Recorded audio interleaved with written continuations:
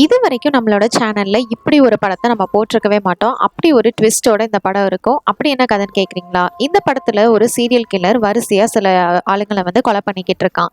அவங்களுக்குள்ள ஆனா எந்த ஒரு லிங்க்குமே கிடையாது. என்ன ஒரே ஒரு க்ளூ அப்படின்னா, கொல்றவங்க எல்லாத்தையுமே அவர் சூப்பர் ஹீரோவா மாத்தி தான் வந்து கொல்றான். இந்த அயன்மேன், பேட்மேன் அந்த மாதிரி வந்து மாத்திட்டு தான் வந்து அவங்கள கொல்றான். எல்லாமே காமிக்ல வர பேட்டர்ன் மாதிரி தான் இருக்கு. இந்த ஒரே ஒரு க்ளூவை மட்டும் வச்சுக்கிட்டு நம்ம ஹீரோ எப்படி வந்து அந்த சீரியல் கில்லரை பிடிக்கிறான், எதனால அந்த மாதிரி வந்து கொலை பண்றான் அப்படிங்கறத கண்டுபிடிக்கிறானான்றது தான் இந்த ஃபிலிமோட ஸ்டோரி. பயங்கர ட்விஸ்டோட இந்த கதையை முடிச்சிருப்பாங்க. இது 2020 ரிலீஸ் ஆன அன்னவுன் ஆரிஜின்ஸ் அப்படிங்கிற த்ரில்லர் ஆக்ஷன் ஃபிலிம். அதுக்கு முன்னாடி நம்மளோட சேனலை யாரெல்லாம் சப்ஸ்கிரைப் பண்ணலையோ மறக்காம சப்ஸ்கிரைப் பண்ணிக்கோங்க. இந்த வீடியோக்கு ஒரு லைக்கும் தட்டி விட்டுருங்க. படத்தோட ஓப்பனிங்லேயே ஒரு போலீஸ்கார தான் காமிக்கிறாங்க. இவரோட பேரு சேவியர். இவர் ஒரு பில்டிங்ல வந்து நெருப்பு எரிஞ்சிட்டு இருக்கனால அங்க இருக்கிறவங்கள காப்பாத்துறதுக்கு முயற்சி பண்றாரு. திட்டத்தட்ட எல்லாத்தையும் காப்பாத்திடுறாரு. கடைசியா இந்த பாட்டி அதான் இந்த பாட்டி என்னோட வீட்டுக்காரன்னு உள்ளதாப்பா இருக்காரு, அவரையும் காப்பாத்துங்க அப்படிங்கிற மாதிரி கேட்குறாங்க. சரி காப்பாத்தலான்னு சேவியர் முயற்சி பண்ணும்போது இவரோட ஹையர் அஃபிஷியல்ஸ் அதெல்லாம் வந்து ஃபயர் டிபார்ட்மெண்ட்டோட வேலை, அவங்க வந்துட்டு இருக்காங்க, இதுக்கு மேல நம்ம உள்ள போக வேணாம், வெளியில வந்துரு அப்படிங்கிற மாதிரி சொல்றாங்க. ஆனா இவருக்கு மனசு கேட்கல. இன்னும் ஒருத்தர் தானே காப்பாத்தலாம் அப்படின்னு சொல்லிட்டு உள்ள போறாரு. அவர் உள்ள போனதுக்கு அப்புறமே அந்த பில்டிங் வந்து கொலாப்ஸ் ஆயிருது. ஸோ அந்த இடத்துல அவர் வந்து இறந்து போயிடுறாரு. நடந்து கொஞ்சம் வருஷங்கள் ஆயிருது. இப்ப ஜேவியர் வீட்டுல போட்டோல தொங்கிட்டு இருக்காரு. இவரை நினைச்சு இவரோட அப்பா வந்து பாஸ்கோ ஃபீல் பண்றாரு. இவரு ஒரு போலீஸ்மேன் தான். இவருக்கு வந்து ரெண்டாவதா ஒரு பையன் இருக்கான். அவனோட பேரு ஜார்ஜ். இவரோட முதல் பையன் ஜேவியரை நினைச்சு ஃபீல் பண்ணிட்டு ரெண்டாவது பையனை வந்து எழுப்பலாம் அப்படின்னு சொல்லிட்டு அவர் வந்து ட்ரை பண்றாரு. இவரும் வந்து ஜார்ஜ் ஜார்ஜ் அப்படின்னு கூப்பிட்டு பார்த்துட்டு அவன் வெளியில வராததுனால வேலைக்கு போயிடுறாரு. இவர் போனதுக்கு அப்புறமா தான் ஜார்ஜ் அங்க தூக்கத்துல இருந்தே எந்திரிக்கிறான். இவன் ஒண்ணு போலீஸ் அந்த மாதிரி எல்லாம் கிடையாது. இவனுக்கு காமிக்ஸ்னா ரொம்பவே பிடிக்கும். அதனால காமிக் ஸ்டோர் ஒண்ணு வச்சு நடத்திட்டு இருக்கான். தான் நம்ம ஹீரோ. இவர் தான் அந்த படத்தோட ஹீரோ. இவரோட பேரு டேவிட். இவரு ஒரு போலீஸ்மேன் தான். இவர் கூட தான் வந்து பாஸ்கோ வந்து ஒர்க் பண்றாரு. கொஞ்ச நாள்ல பாஸ்கோ வந்து ரிட்டையர் ஆக போறாரு. அதனால இந்த இடத்துக்கு வந்து நம்ம டேவிட் தான் வரப்போறாரு. ஸோ நம்ம 2 பேரும் சேர்ந்து ஏதாவது ஒர்க் பண்ணலாம் அப்படின்னு சொல்லிட்டு இவங்க வந்து பேசிட்டு இருக்காங்க. இவங்க பேசிட்டு இருக்கும் போது தான் பக்கத்துல இருக்கிற ஒரு பில்டிங்ல ஒரு கொலை நடந்திருக்கு அப்படிங்கிறது இவங்களுக்கு இன்ஃபர்மேஷன் வருது. சரி என்னன்னு போய் பார்க்கலாம் அப்படின்னு இவங்க 2 பேருமே அந்த கொலை நடந்த இடத்துக்கு போயிட்டு பாக்குறாங்க. பார்த்தா அவங்க உள்ள போகும்போதே நிறைய ஸ்டெராய்ட்ஸ், புரோட்டீன் பவுடர், கெமிக்கல்ஸ் அப்படி இப்படின்னு இருக்கு. உள்ள போய் டெட் பாடியை பார்த்தா பெருசா வந்து பாடி எல்லாமே வீங்கி போய் கிடக்கு. பாடியோட கலரும் கிரே கலர்ல இருக்கு. இந்த மாதிரியான ஒரு கொலையை இதுக்கு முன்னாடி இவங்க பார்த்ததே கிடையாது. இதை பார்த்ததுமே டேவிட்க்கு வந்து வாமிட் வந்துடுது. அவன் ட்ரெஸ் மேலே அவன் வாமிட் பண்ணிக்கிறான். அதனால இவங்க வந்து கிளீன் பண்றதுக்காக போறாங்க. பாஸ்கோ வந்து இறந்து போனது யாரு அப்படிங்கறத பத்தி சொல்றாரு. இவர் ஒரு பிசிக்ஸ் ப்ரொஃபசர் அப்படிங்கறத தெரிஞ்சுக்கிட்டு அவர் இதுக்கு முன்னாடி இருந்த இடத்துல போயிட்டு அவரை பத்தி பார்க்கலாம் அப்படின்னு பாக்குறாங்க. அப்படி பார்த்தா இவர் வந்து நார்மலா தான் இருக்காரு. ரொம்ப குண்டாலாம் கிடையாது. அவரோட ஸ்கின் கலரும் நார்மலா தான் இருக்கு. அப்படின்னா இதுல ஏதோ ஒரு பிரச்சனை இருக்கு, நம்ம உடனடியா ஒரு இடத்துக்கு போய் ஆகணும் அப்படின்னு சொல்லிட்டு இவங்க 2 பேருமே கிளம்பி ஒரு இடத்துக்கு வராங்க. அது வேற எங்கேயும் கிடையாது, போஸ்ட்மார்ட்டம் பண்ற இடத்துக்கு தான். அங்க வந்து ஒரு டாக்டரை மீட் பண்றாங்க. இவரோட பேரு புரோகிரியா. டாக்டர் அந்த ரிப்போர்ட் பத்தி என்ன சொல்றாரு அப்படின்னா, நிறைய புரோட்டீன் பவுடர்ஸை கொடுத்துருக்கான். அதனால அவங்க பாடி வந்து பல்க் ஆயிருக்கு. அது மட்டும் இல்ல சில கெமிக்கல்ஸை யூஸ் பண்ணி பாடி கலரையும் சேஞ்ச் பண்ணியிருக்கான். இப்படிதான் வந்து கொலை பண்ணியிருக்கான் அப்படிங்கிற மாதிரி சொல்றாரு. இந்த மாதிரி கொடூரமா யாரா கொலை பண்ணுவா அப்படின்னு இவங்க பேசிக்கிட்டு இருக்கும் போதே உள்ள ஒரு பொண்ணு வரா. அதுவும் ஒரு சூப்பர் ஹீரோ காஸ்டியூமை போட்டுக்கிட்டு வரா. இவரோட பேரு நார்மா. இவ தான் இந்த படத்தோட ஹீரோயின். உள்ள வரவுமே டேவிட் பார்த்துட்டு யாரா இந்த பொண்ணு அப்படின்னு கேட்க, ஏன் அமைதியா பேசு, அவங்க அதை கேட்டுதான் நம்ம இதை பத்தி ரிப்போர்ட் பண்ணணும், அவங்க தான் நம்மளோட ஹையர் அஃபிஷியல் அப்படின்னு சொல்ல, என்னது இந்த கோமாளி ஹையர் அஃபிஷியல் அப்படின்னு கேட்கறாரு. ஐயோ அமைதியா பேசியா, அந்த பொண்ணுக்கு வர பாம்புக்காது அப்படின்ற மாதிரி பேசிட்டு, எப்படி போயிட்டு இருக்க கேஸ், சரி நீங்க என்ன பண்ணிட்டு இருக்கீங்க, நீங்க தான் ரிட்டையர் ஆக போறீங்கல்ல அப்படிங்கிற மாதிரி இவ வந்து பாஸ்கோவை பார்த்து கேட்கறா.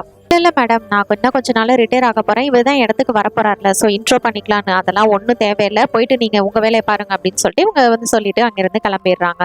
அதுக்கப்புறமா பாஸ்கோவும் அங்கிருந்து கிளம்பி வீட்டுக்கு போயிடுறாரு. டேவிடும் வீட்டுக்கு போனதுக்கு அப்புறமா கால் வருது, இன்னொரு கொலை நடந்திருக்கு அப்படின்னு. இவரும் என்னாச்சோ அப்படின்னு வந்து பார்த்தா பயங்கரமான ஷாக்கு. ஏன்னா அவரோட உடம்புல இருந்து ஹார்ட்டை மட்டும் தனியா எடுத்து ஒரு பாக்ஸ்குள்ள போட்டு வச்சிருக்கான். அதுவும் அந்த கொலைக்காரனோட மேல ஒரு கவசம் இருக்கு. இந்த கவசத்தை போட்டுக்கிட்டே அவனோட ஹார்ட்டை தனியா எடுத்திருந்திருக்கான். இங்க ஏதாவது சஸ்பீஷியஸா கிடைச்சதா அப்படின்னு சொல்லிட்டு இவர் கேட்கும்போது அவனோட வாயில வந்து இந்த மேகசின் துண்டு இருந்தது அப்படின்னு சொல்லிட்டு ஒரு பேப்பரை வந்து கொடுக்குறான். சரி இதை பத்தி விசாரிங்கன்னு சொல்லிட்டு அவர் கிளம்பிடுறாரு. பாஸ்கோ வந்து இந்த இதெல்லாம் கொலை நடந்ததெல்லாம் வச்சு பார்த்துட்டு இருக்கும்போது கரெக்டா ஜார்ஜ் வந்து அங்க வரான். என்னப்பா இது பார்க்க ஹல்க் மாதிரி இருக்கு அப்படின்னு சொல்லிட்டு அந்த பிக்சரை பார்த்து கேட்கறான். என்னது ஹல்கா? ஆனா ஹல்க் வந்து கிரீன் கலர்ல தானடா இருப்பாரு அப்படின்னு சொல்லிட்டு இவர் சொல்லும் போதுதான் இதுக்குதான் எதுவுமே காமிக்ஸை பத்தி தெரியாம பேசக்கூடாதுன்றது. முதல்ல ஸ்டான்லி வந்து ஹல்கை உருவாக்குனது கிரே கலர் தான். அதுக்கப்புறம் வர வர இந்த காமிக்ஸ்ல அது வந்து கிரீன் கலரா மாறிடுச்சு. அதுக்குதான் இதை பத்தி எல்லாமே தெரிஞ்சிருந்திருக்கணும் அப்படிங்கிற மாதிரி அவன் வந்து சொல்றான். முட்டா பையில இவ்வளவு விஷயங்களை தெரிஞ்சு வச்சிருக்கியா, அப்படியே நீ ஒரு நல்ல வேலைக்கு போகாம இந்த மாதிரி புக்ஸை வச்சுட்டு உட்காந்துருக்கன்னு சொல்லும்போது, ஐயோ அதை பத்திலாம் நீங்க பேசக்கூடாது, உங்களுக்கு தேவை இன்ஃபர்மேஷன், அது கிடைக்குதா அதோட விட்டுருங்க அப்படின்னு சொல்லிட்டு அவன் கிளம்புறான். அடுத்த நாள் இவர் வந்து ஆஃபீஸ்க்கு போயிட்டு எல்லா ப்ரொசீஜரையும் முடிச்சுட்டு வந்துடலாம் அப்படின்னு சொல்லிட்டு சைன் போடுறதுக்காக போயிருப்பாரு. அப்பதான் இவங்களோட ஹையர் அஃபிஷியல் ஒரு விஷயத்த காமிக்கிறாங்க. இதுக்கு முன்னாடி ஒரு மர்டர் நடந்ததுல அந்த இடத்துல இருந்து இது கிடைச்சிருக்கும், சஸ்பென்ஸ் #39 அப்படின்னு. அப்படின்னா நிச்சயமா ஃபர்ஸ்ட் நடந்த கிரைம் சீன்லயே ஏதாவது ஒன்று இருக்கணும் அப்படின்னு சொல்லிட்டு அங்கே செக் பண்றதுக்காக இவர் போறாரு. அப்படி செக் பண்றப்ப ஸ்ட்ரெச்சர் கடியில இருந்து இவருக்கு ஒரு மேகசின் துண்டு வந்து கிடைக்குது. ஸ்ட்ரெச்சர் கடியில இருந்து அவர் நினைச்ச மாதிரியே ஒரு பேப்பர் துண்டு அவருக்கு கிடைக்குது. இதை பார்த்ததுமே தன்னோட பையன் ஜார்ஜுக்கு ஃபோன் பண்ணி அந்த ஹல்கோட ஆரிஜின் ஸ்டோரி டைட்டில் என்னன்னு கேட்கறாரு. அதை கேட்டதும் இவன் வந்து அதுக்கு என்னப்பா த இன்கிரெடிபிள் #1 இதையே கேட்குறீங்க அப்படிங்கிற மாதிரி ஜார்ஜ் கேட்குறான். அதே டைட்டில் தான் இங்கேயும் இருக்கு. பார்த்த உடனேமே இவர் வந்து கன்ஃபார்ம் பண்றாரு இது எல்லாமே நிச்சயமா காமிக்ஸ்ல வர மாதிரி தான் அவன் பண்றான் அப்படின்னு. உடனே இவர் வந்து ஆஃபீஸ்க்கு போறாரு. அங்க வந்து நம்ம டேவிடும் அதுக்கப்புறம் ஜார்ஜும் வராங்க. யாரா இவன் சம்மந்தமே இல்லாம நம்ம ஆஃபீஸ்க்கு அதுவும் இப்படி இல்லை நொறுக்கு தின்னுட்டு வந்துட்டு இருக்கானே அப்படின்னு சொல்லிட்டு டேவிட் பார்த்துட்டு இருக்கான். இவங்க 2 பேருமே ஒரே இடத்துக்கு தான் வராங்க. ஜார்ஜை தனியா உட்கார வச்சுட்டு இவர் நடந்த எல்லாத்தையுமே இவரோட ஹையர் அஃபிஷியல் கிட்ட வந்து எக்ஸ்பிளைன் பண்றாரு. நோர்மாவும் அந்த இடத்துல இருக்கா, டேவிடும் இருக்காங்க. இவங்க என்ன சொல்றாங்க அப்படிங்கறத இவங்க வந்து கேட்டுட்டு இருக்காங்க. இந்த கொலைகாரன் வந்து சாதாரண ஆள் கிடையாது, இவன் எல்லாமே காமிக்ஸ்ல வர மாதிரி பேட்டர்ன் தான் வந்து ஃபாலோ பண்றான் அப்படின்னு சொல்லிட்டு இவர் வந்து சொல்றாரு. ஃபர்ஸ்ட் மர்டர் நடந்த இடத்துலயும் இதே மாதிரி ஒரு துண்டு கிடைச்சிருக்கு. இதுல த இன்கிரெடிபிள் #1 அப்படின்னு இருக்கு. இது வந்து ஹல்கோட ஆரிஜின் ஸ்டோரியோடது. இதே மாதிரி தான் அவளை வந்து இது பண்ணி கொண்டு வந்திருக்கான். அடுத்ததான் நமக்கு 2வதா கிடைச்ச கிரைம் சீன்ல இருக்கிறது சஸ்பென்ஸ் #39. இது வந்து அயன்மேனை குறிக்குது. ஏன்னா ஆரம்ப காலத்துல அயன்மேன் வந்து பிளாக் சூட் தான் போட்டிருந்தாரு. அந்த பிளாக் சூட்டோட இருக்கும்போது தான் அவரோட ஹார்ட்டை வந்து தனியா எடுத்திருப்பாங்க. இதே பேட்டர்ன்ல தான் இவன் வந்து இதை பண்ணியிருக்கான். என்ன தெரியுதுன்னா இந்த காமிக்ஸ் எல்லாம் நல்லா தெரிஞ்சவன் தான் இது எல்லாத்தையும் பண்ணிட்டு இருக்கான். நமக்கும் இதை பத்தி நல்லா தெரிஞ்ச ஒரு ஆள் வேணும். அதுக்காக தான் ஜார்ஜ் எங்கே கூட்டிட்டு வந்திருக்கேன், அவன் கூட சேர்ந்து நம்ம ஒர்க் பண்ணணும் அப்படின்னு வந்து இவர் சொல்றாரு. டேவிட் வந்து எட்டி பார்க்கறான் ஜார்ஜை. எட்டி பார்க்கும்போது ஜார்ஜ் வந்துட்டு இவரோட டேபிள்ல இருந்து எதையும் ஒன்று திருடி அவன் பேக்குக்குள்ள வச்சுட்டு அங்கேருந்து நைஸா கிளம்பலாம் அப்படின்னு சொல்லிட்டு ட்ரை பண்றான். பார்த்து டேவிட் வெளியில வந்து டே என்னடா என்னோட டேபிள்ல இருந்து திருடின அப்படின்னு அவனோட பேக்கை செக் பண்ணா அது ஒரு கேக்கு. அட கேக்கு திருடா, இவன் கூட எல்லாம் வேலை செய்யணுமா அப்படிங்கிற மாதிரி டேவிட் பாக்குறாரு. பாஸ்கோ வந்துட்டு இதுக்கப்புறம் இந்த கேஸ்ல நமக்கு இவன் தான் ஹெல்ப் பண்ண போறான் அப்படின்னு சொல்லிட்டு இன்ட்ரடியூஸ் பண்றாரு. இந்த பைத்தியங்களெல்லாம் வச்சுக்கிட்டு நான் என்ன மாறுபட போறனோ, சரி வாங்க அப்படின்னு சொல்லிட்டு செகண்ட் நடந்த கிரைம் சீனுக்கு வந்து கூட்டிட்டு போறாரு. இங்க வந்து இந்த கொல்லப்பட்டாருல அவர் வந்து ஒரு மியூசியம் வச்சிருப்பாரு. அது ஒரு வெப்பன் மியூசியம். இந்த இடத்துல நமக்கு ஏதாவது ஒரு க்ளூ கிடைக்கும் அப்படின்னு சொல்லிட்டு தான் இவங்க வந்து 2 பேரும் இந்த இடத்த செக் பண்றதுக்காக வந்திருப்பாங்க. கொலைகாரன் அவனோட வெப்பன் எதையாவது இந்த இடத்துல விட்டுட்டு போயிருந்திருக்கலாம்ல, இதை ஏதாவது கண்டுபிடிப்பான்னு பார்த்தா இந்த ஜார்ஜ் இருந்துட்டு இதை பாத்தீங்களா இதான் அர்னால்டு வந்து யூஸ் பண்ணது அப்படின்னு சொல்லிட்டு இன்னொரு வெப்பனை காமிக்கிறான். இது வந்து கில்மி படத்துல ஹீரோயின் வந்து யூஸ் பண்றது அப்படிங்கிற மாதிரி இங்க இருக்கிற ஒவ்வொரு வெப்பன் பத்தியும் சொல்லிட்டு இருக்கான். அடுத்ததா லார்ட் ஆஃப் திங்ஸ்ல யூஸ் பண்ற அந்த வெப்பன்ஸ் இருக்கும். இதுல வந்து ஒரு விஷயத்தை அவன் வந்து கண்டுபிடிக்கிறான். என்ன அப்படின்னா இந்த கோடாலி இதுக்கு முன்னாடி இதுல வந்து கிடையாது. அப்படின்னா நிச்சயமா இது அந்த கொலைகாரனோட தான் இருக்கணும். இதுல இருக்கிற ஃபிங்கர் பிரிண்ட்டை வச்சு நம்ம அவனை கண்டுபிடிச்சிடலாம் அப்படின்னு சொல்லிட்டு இவன் வந்து ஐடியா கொடுக்குறான். சரி இதை பத்தி நம்ம வந்து டாக்டர் கிட்ட கேட்கலாம் அப்படின்னு சொல்லிட்டு வந்து செக் பண்ணும்போது இது மாதிரி நீங்க நினைக்கிற மாதிரி உடனே எல்லாம் கண்டுபிடிக்க முடியாதுப்பா, கொஞ்சம் டைம் ஆகும், டைம் கொடுங்க அப்படின்னு சொல்லிட்டு அவர் சொல்றாரு. வந்து வேலையை முடிச்சுட்டு ஜார்ஜை பார்க்க போகும்போது இது வரைக்கும் வந்த காமிக்ஸ் கலெக்ஷனோட ஒரிஜினல் ஸ்டோரிஸ் எல்லாமே உங்களுக்கு வந்து நான் வச்சிருக்கேன், இதை போய் நீங்க பாருங்க, ஏதாவது க்ளூ கிடைக்கும்னு கொடுக்குறான். அப்ப வந்து ஏதோ ஒரு பழக்கப்பட்ட குரல் மாதிரி கேக்குது அப்படின்னு போய் எட்டி பார்த்தா அங்க நம்ம நார்மா இருந்துட்டு அங்க இருக்கிற வயசானவங்களுக்கு இந்த சூப்பர் ஹீரோஸ் கதையை பத்தி வந்து லெசன் எடுத்துட்டு இருக்கிறா. அட என்னையா நடக்குதுங்க அப்படின்னு சொல்லிட்டு இவர் கேட்கும்போது தான் அப்பெல்லாம் பேசுறாதீங்க, இது வந்து ஒரு புனிதமான வேலை தெரியுமா அப்படின்னு அவன் ஜார்ஜ் சொல்ல, அடைச்சா உங்களுக்குலாம் வேற வேலை வெட்டி இல்லை, இந்த பொண்ணு கூட சேர்ந்து இப்படி பண்ணிட்டு இருக்கீங்களே அப்படின்னு திட்டும் போதுதான் இவன் வந்து யோ அந்த மாதிரிலாம் நீ பேசாதியா, இவர் ஒரு டாக்டர், இவர் ஒரு இன்ஜினியர், இவர் ஒரு லாயர், அதுவும் இவர் இருக்காரே இவர் ஒரு பிசினஸ் மேன், இவங்களை பத்திலாம் நீ அப்பெல்லாம் பேசக்கூடாது அப்படிங்கிற மாதிரி ஜார்ஜ் வந்து சொல்லிட்டு இருக்கான். நம்ம பண்ணி தொலைங்க, எப்படி நான் சொல்றதை கேட்க போறது இல்லை அப்படின்னு சொல்லிட்டு டேவிட் வந்து அங்கிருந்து கோவமா வீட்டுக்கு கிளம்பி போயிடுறான். வந்துட்டு இந்த காமிக்கு தான் வந்து அவன் படிச்சுட்டு இருக்கிறான். அதை படிக்க படிக்க அவனுக்கு செம காண்டாகுது. அடைச்ச அப்படின்னு சொல்லிட்டு அது எல்லாத்தையும் அப்படியே தூக்கி போட்டுறான். கரெக்டா நம்ம நார்மா வர சரி இவனுக்கு இந்த காமிக்லாம் பிடிக்கலன்னா அதுக்கு என்ன பண்றது, ஆனா நமக்கு தான் பிடிச்சிருக்கே, அவனோட கஷ்டம் அவனுக்கு அப்படின்னு சொல்லிட்டு இவகிட்ட ஒரு ப்ரூஃப் இருக்கும். அந்த இன்ஃபர்மேஷனோட தான் இப்ப இவனை பாக்குறதுக்கு வந்திருப்பா. அது என்ன அப்படின்னா அந்த ஃபிங்கர் பிரிண்ட் யாரோடதுன்னு கண்டுபிடிச்சிருப்பா. அது மட்டும் இல்ல அவன் இருந்தப்போ ஒரு 6 பேர்த்த வந்து நெருப்பால எரிச்சு கொண்டு வந்திருக்கான். அதை கேட்டா அது ஒரு ஆக்சிடென்ட் சொல்லி மழுப்பி அந்த கேஸ்ல இருந்து வெளியில வந்துட்டான். அவனோட அட்ரஸ் இருக்கு, அவனை போய் பார்த்தா ஏதாவது லீடு கிடைக்கும், தனியா போகாத ஜார்ஜை கூட்டிட்டு போனா அவ சொல்லியிருப்பா. ஜார்ஜ் வந்துட்டு பேட்மேனோட சாங் வந்து ஒன்னு பிளே பண்றான். அட உனக்கு வேற என்ன சாங்கா கிடைக்கல அப்படின்னு சொல்லிட்டு அவன் வந்து கோவப்படுறான். அப்பதான் ஜார்ஜ் நீ ஏன் இவ்வளோ வெறுக்கிற இந்த சூப்பர் ஹீரோஸ் அப்படின்னு வந்து கேட்கும்போது தான் இதுல என்ன வெறுக்கிறதுக்கு இருக்கு, நமக்கு நெருக்கமானவங்கள நம்ம இழக்கும் போது அப்ப கூட இந்த சூப்பர் ஹீரோஸ் வந்து நம்மளுக்கு ஹெல்ப்புக்கு வரல, அப்புறம் எதுக்கு அவங்களா அப்படின்னு சொல்லிட்டு இவன் கோவப்படுறான். இவனோட லைஃப்ல உண்மையிலே ஏதோ ஒன்று நடந்திருக்கும் போல. நீயே இந்த சூப்பர் ஹீரோஸை இவ்வளோ வந்து பிடிச்சிருக்கு, உனக்கு ஏன் நீ இவ்வளோ ஃபேனா இருக்கு அப்படின்னு இவன் கேட்கும்போது தான் அதுவா நான் சின்ன வயசா இருக்கும்போது நான் குண்டா இருக்கேன்னு எல்லாருமே என்னை வந்து வம்பிழுத்துட்டு இருப்பாங்க. அப்போ என்னோட அண்ணா தான் சூப்பர் ஹீரோ மாதிரி வந்து அவங்க எல்லாத்தையும் அடிச்சு போட்டு எனக்கு வந்து ஹெல்ப் பண்ணான். அதுல இருந்து தான் எனக்கு சூப்பர் ஹீரோஸ்னா ரொம்பவே பிடிக்கும். நமக்கு என்ன பிரச்சனைனால அவங்க வருவாங்க அப்படின்றது இவன் வந்து புரிஞ்சுக்கிட்டு அது மாதிரி சொல்லிட்டு இருப்பான். இவங்க 2 பேரும் எப்படியோ வந்து விக்டர் வீட்டுக்கு வந்துடுறாங்க. வந்து பார்த்தா ஆல்ரெடி போலீஸ் மீடியான்னு நிறைய பேர் க்ரௌடா நின்றுட்டு இருக்காங்க. என்னாச்சிங்க அப்படின்னு சொல்லிட்டு வந்து பார்த்தா அவனோட வீட்டுல இருந்து புகையா வந்துகிட்டு இருக்கு. போலீஸ்காரங்களும் உள்ள போகாம வெளியவே நின்றுகிட்டு இருக்காங்க. ஏன்னா இவங்க கிட்ட எந்த ஒரு வாரண்ட்டும் இல்லை. ஆனா இதெல்லாம் கொஞ்சம் கூட பொருட்படுத்தாம நம்ம நார்மா வந்துட்டு வாரண்ட் எல்லாம் என்கிட்ட இருக்கு நான் பாத்துக்கிறேன் அப்படின்னு சொல்லிட்டு கண்ணை வச்சு அந்த டோரை வந்து ஷூட் பண்ணிட்டு உள்ள போறா. உள்ள போய் பார்த்தா ஃபுல்லா ஒரே புகை மூட்டமா இருக்கு. இதெல்லாம் நெருப்பால வந்து புகை மூட்டம் கிடையாது, அந்த குளிர்ல வரும்ல ஃப்ரிட்ஜ் ஃப்ரீசர்லானா அந்த மாதிரியான ஒரு புகை மூட்டம். என்னடா இது, ஆனா இங்க யாரோ இருக்கிற மாதிரி வேற இருக்கே, குளிராவும் இருக்கு அப்படின்னு சொல்லிட்டு இவங்க பார்த்துட்டு இருக்காங்க. பார்த்தா இவங்களுக்கு ஆப்போசிட்ல ஒரு ரூம் இருக்கு. அங்க யாரோ வந்து நெருப்புல எரிஞ்சிட்டு இருக்காங்க. இதை எப்படியாவது அணைக்கணும் அப்படின்னு சொல்லிட்டு இவன் அணைச்சு காப்பாத்த ட்ரை பண்றான். ஆனா அதுக்குள்ளேயே அவங்க இறந்து போயிடுறாங்க. வச்சு ஏதாவது கண்டுபிடிக்க முடியும்னு பார்த்தா கடைசியில் இவனும் போய் சேர்ந்துட்டானா அப்படின்னு பார்த்துட்டு இருக்கும்போது தான் இவங்களுக்கு இந்த இடத்துல ஒரு மேகசினோட துண்டு கிடைக்குது. அதுல வந்து மார்வல் ஹியூமன் அப்படிங்கிற மாதிரி இருக்கு. ஹியூமன் டார்ச் அந்த கேரக்டரை வச்சு தான் இந்த மாதிரி வந்து இவன் பண்ணியிருக்கான். ஏன்னா அவன் வந்து சாதாரணமான ஆள் கிடையாது. எவ்வளவு குளிரா இருந்தாலும் அவனால வந்து எரிய முடியும். அதுதான் அவனோட பவரே. அந்த கான்செப்டை யூஸ் பண்ணி தான் இவன் வந்து இங்கே கொண்டிருக்கான் அப்படிங்கிற மாதிரி இவன் எக்ஸ்பிளைன் பண்றான். பத்தி அந்த டாக்டர் கிட்ட கேட்கலாம் அப்படின்னு போகும்போது அவனும் இருந்துட்டு ஒரு 2-3 நாளாவே இந்த பாடி வந்து எரிஞ்சது மாதிரி தெரியுது. இது வந்து எனக்கு இன்னும் கொஞ்சம் டைம் வேணும் இதை அனலைஸ் பண்றதுக்கு அப்படிங்கிற மாதிரி இவர் சொல்லிடுறாரு. சே, என்னதான் நடக்குதுன்னு நீங்க ஒன்றும் புரியல, ஏதோ கொஞ்சம் ஹெல்ப் பண்ணிட்டு இருந்தாரு பாஸ்கோ, அவரையும் வீட்டுக்கு அனுப்பிச்சு வச்சுட்டீங்க, இப்போ உங்களுக்கு சந்தோஷமா அப்படிங்கிற மாதிரி அவன் வந்து கோவப்படுறான். அப்பதான் இவங்க சொல்றாங்க, அவர் ஒன்றும் சாதாரணமா இதெல்லாம் கிடையாது, நான் வந்து சும்மா ஒன்றும் அனுப்பல, அவருக்கு ஹெல்த் கண்டிஷன்ஸ் இருக்கு, இன்னும் கொஞ்சம் நாள் அவர் இறக்க போறாரு, அதனாலதான் ரெஸ்ட் எடுக்கட்டும் கடைசி காலத்துலயாவது அப்படின்னு சொல்லிட்டு நான் அவரை அனுப்பிச்சு வச்சேன், இது அவரோட பையனுக்கு கூட தெரியாது அப்படிங்கிற மாதிரி இவ சொல்றா. இதை கேட்டதுமே இவனுக்கு வந்து கொஞ்சம் ஷாக் ஆயிருது. ஐயோ அப்படின்னு சொல்லிட்டு சரி உடனே போயிட்டு நம்ம பாஸ்கோவை பார்க்கலாம் அப்படின்னு சொல்லிட்டு டேவிட் வந்து வீட்டுக்கு போறான். சார், நான் வந்து உங்களை பார்க்க வரல, சும்மா நான் ஜார்ஜை பார்த்துட்டு போலான்னு வந்தேன் அப்படின்னு சொல்லிட்டு இவன் சும்மா சொல்லிட்டு ஜார்ஜை பார்க்க போனா அவன் எதுவுமே தெரியாம ஜாலியா உட்காந்து பாட்டு கேட்டுட்டு இருப்பான். சரி, இவன் பாட்டு தானே கேட்டுட்டு இருக்கான், சைட்ல பார்க்கலாம் அப்படின்னு சொல்லிட்டு அவனோட கபோர்ட் ஒன்று இருக்கும், அதை ஓப்பன் பண்ணி பார்த்தா எல்லாமே அடல்ட் கண்டென்ட்டா இருக்கும். ஹலோ பாஸ், எப்போ நீங்க வந்தீங்க, இது மாதிரி என்ன கேட்காம என் பெர்மிஷன் இல்லாம இது மாதிரி என்னோட கபோர்டெல்லாம் திறக்கிற வேலை வச்சுக்காதீங்க அப்படின்னு சொல்லிட்டு அவன் வந்து திட்டிட்டு இருக்கிறான். சரி வாரா அப்படின்னு சொல்லிட்டு இவங்க எல்லாரும் உட்காந்து டைனிங் டேபிள்ல சாப்பிடும்போது ஏன் அப்படி பொறுப்பு இல்லாம நடந்துக்கிற, கொஞ்சமாவது பொறுப்போட நடந்துக்கலாம்ல அப்படின்னு சொல்லிட்டு இவர் கேட்கிறாரு. ஹலோ பாஸ், உங்களுக்குலாம் இந்த தொல்லை பிடிச்ச அப்பா இல்லாதனால இப்படி பேசுறீங்க அப்படிங்கிற மாதிரி அவன் வந்து சொல்றான். இதை சொன்னதுமே நம்ம டேவிட் வந்து கொஞ்சம் எமோஷனல் ஆகிடுறான். மாதிரி அப்பா அம்மா இல்லாதது எவ்வளவு ஒரு கஷ்டம் தெரியுமா, நான் சின்ன வயசா இருக்கும் போதே என்னோட அப்பா அம்மாவை என் கண்ணு முன்னாடியே ஒருத்தன் வந்து கொலை பண்ணிட்டான். அதுக்கப்புறம் தான் நான் இனிமே இந்த மாதிரி ஒரு நிலைமை யாருக்கும் வரக்கூடாதுன்னு ஒரு போலீஸ் ஆஃபீஸர் ஆனேன் அப்படின்னு சொல்லிட்டு இவன் வந்து இவனோட அந்த பிளாஷ்பேக்கை சொல்லிட்டு இருக்கான். இதை கேட்டதுமே அப்படின்னா உங்க அம்மா அப்பாவை கொண்டது யாரு, நீ கண்டுபிடிச்சியா அப்படின்னு சொல்லிட்டு இவங்களோட அம்மா அப்பாவோட அந்த பழைய கேஸை வந்து இவன் எடுத்துட்டு வரான். எடுத்துட்டு வந்து அதுல வந்து இதுல ஏதாவது லீட் வச்சு இதுல கண்டுபிடிக்க முடியுமான்னு பார்க்கலாம் அப்படின்னு சொல்லிட்டு செக் பண்ணும்போதுதான் ஒரு ட்விஸ்ட் என்னன்னா அதுலயும் டிடெக்டிவ் #33 அப்படிங்கிற ஒரு பேப்பர் துண்டு கிடைக்குது. அப்படின்னா இது எல்லாத்தையும் வந்து சின்ன வயசுல இருந்தே பண்ணிட்டு இருந்திருக்கான், அதே சீரியல் கில்லர் தான் இப்ப வரைக்கும் இதை பண்ணிட்டு இருக்கிறான் அப்படின்றதை இவங்க வந்து கண்டுபிடிக்கிறாங்க. அது டேவிட் இதுக்கப்புறம் நிச்சயமா நம்ம சும்மா இருக்கக்கூடாது அப்படின்னு கோவப்பட்டு இவங்க 3 பேருமே உட்காந்து ஒரு பிளானை போடுறாங்க. இது வரைக்கும் அந்த கில்லர் வந்து எந்தெந்த பேட்டர்ன்ஸ்ல எப்படி எப்படி கொலை பண்ணியிருக்கான் அப்படிங்கறத காமிக் வச்சு வந்து ரிலேட் பண்ணி பாக்குறான். படி பார்த்தா அவன் அடுத்து என்ன பண்ண போறாங்கிறதே தெரியல. ஏன்னா இன்னும் இவ்வளோ பேலன்ஸ் இருக்கே, என்ன பண்ண போறான்னு எப்படி நம்ம கண்டுபிடிக்கிறது அப்படின்னு இவங்களுக்குள்ள பேசிட்டு இருக்காங்க.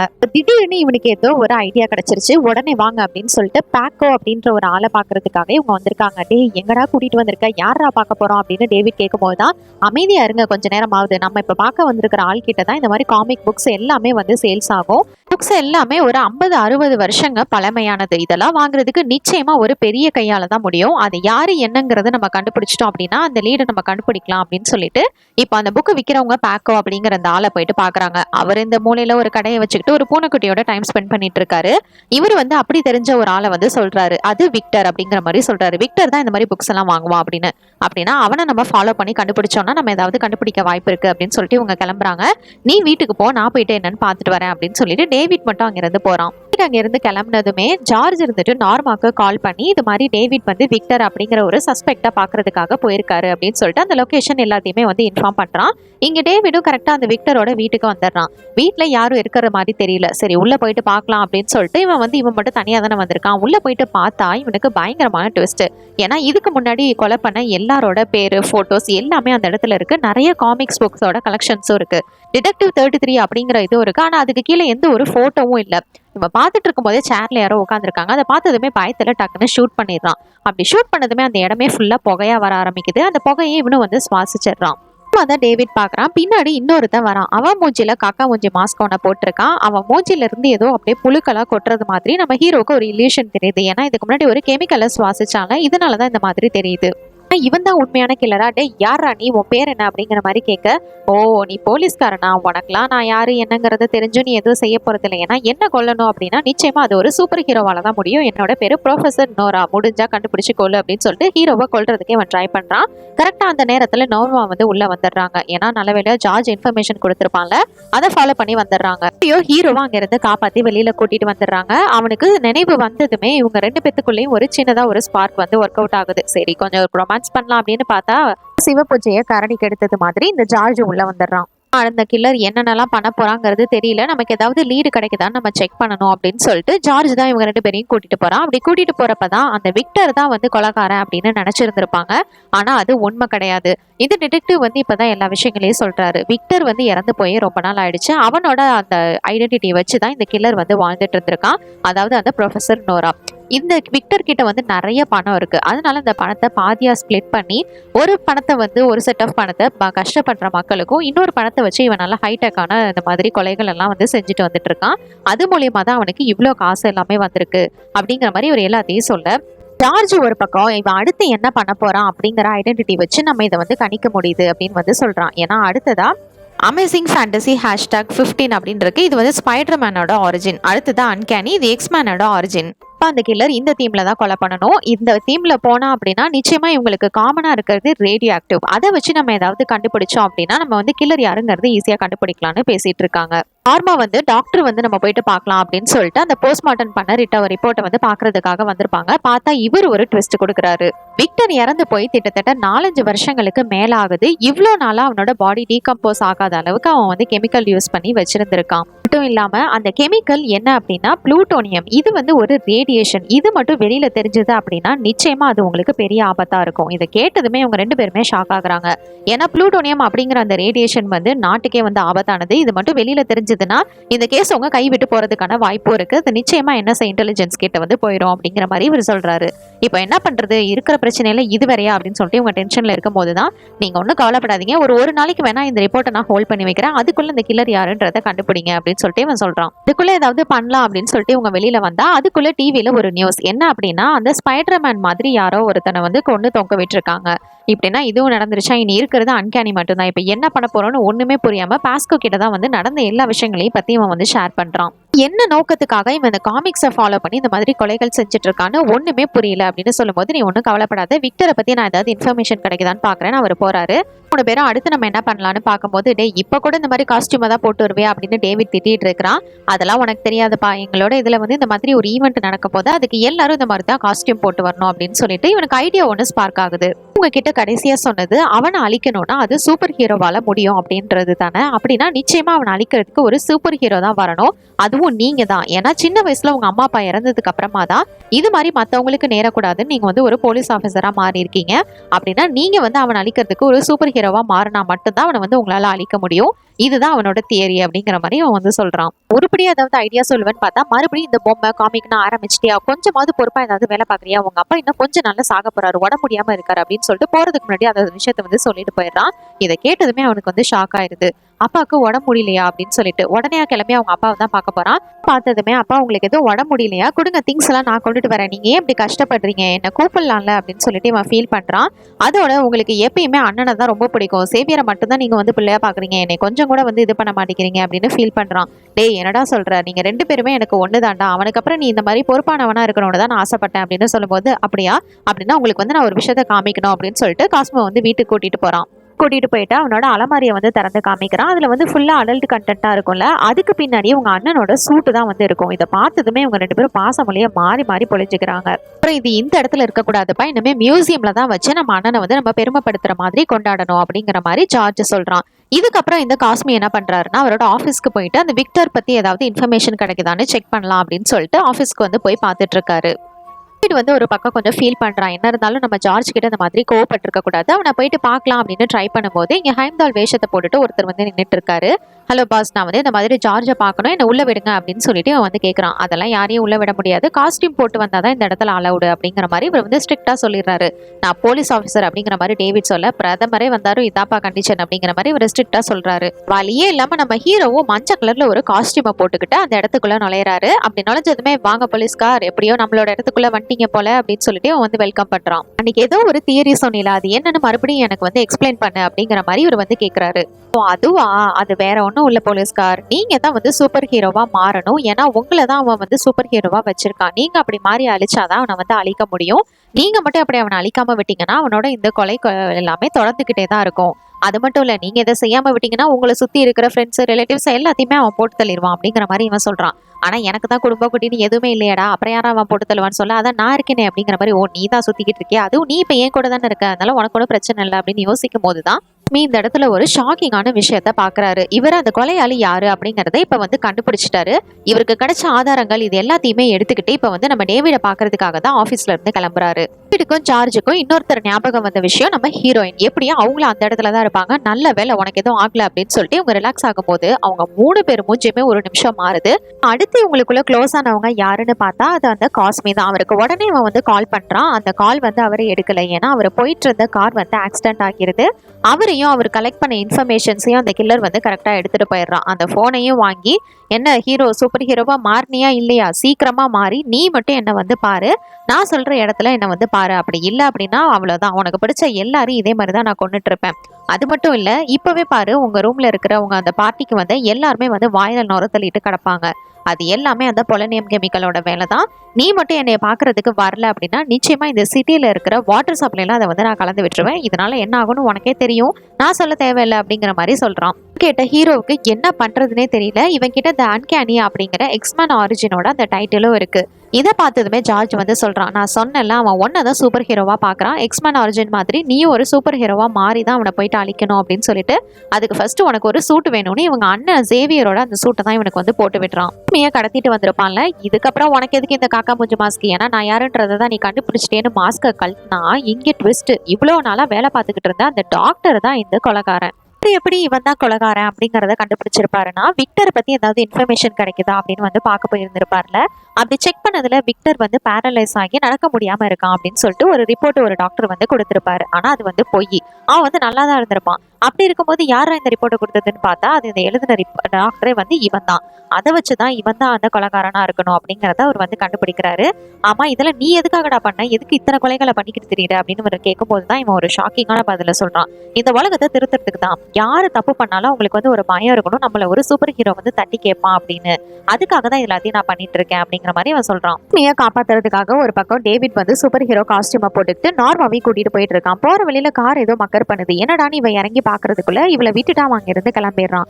ஏன்னா அவனும் இவளை வந்து தனியா தான் வர சொல்லி இருந்திருப்பான். டேவிடால இவளுக்கு எந்த பிரச்சனையும் வந்துடக்கூடாது அப்படிங்கறதுனாலதான் இவளை வந்து இந்த இடத்துல விட்டுட்டு போயிருப்பான். இதெல்லாம் பண்ணிட்டு நல்லா மரியாதை பேசிக்கிட்டு இருக்க, நீ ஒன்னும் சூப்பர் ஹீரோலாம் கிடையாது, ஒரு 25 வயசு பையனை போயிட்டு எதுக்குடா கொன்ன அப்படிங்கிற மாதிரி அவன் வந்து கேட்கறான் காஸ்மி. அப்பதான் அவன் வந்து கோவப்படுறான். அவன் ஒன்னும் பெரிய உத்தமெல்லாம் கிடையாது, 8 வயசு ஒரு சின்ன பொண்ணை போயிட்டு அவன் ரேப் பண்ணியிருந்திருக்கான். நான் கொண்டவங்க எல்லாம் வந்து ஒன்னும் நல்லவங்கலாம் இல்ல, எல்லாம் மாஃபியா அப்படி இப்படின்னு சுத்திட்டு இருந்தவங்க தான். பண்ணா நிச்சயமா தண்டனை கிடைக்கணுங்கிறது அவங்களுக்கு தெரியணும் அப்படின்னு சொல்லும் போதுதான் அது சரி அப்புறம் எதுக்கிட்ட டேவிடோட அம்மா அப்பாவை கொன்ன அப்படின்னு வந்து இவர் கேட்கும் போதுதான் இவன் ஒரு ட்விஸ்ட் கொடுக்குறான். நான் ஒன்னும் அவங்க அம்மா அப்பாவெல்லாம் கொல்லல, உண்மை என்னன்னா அவனை வந்து உண்மையிலே ஒரு தூண்டி விட்டுறதுக்காக தான் இது மாதிரி பண்ணேன். ஏன்னா அப்படின்னா தான் அவன் வந்து உண்மையா அதை வந்து தட்டி கேட்பான்.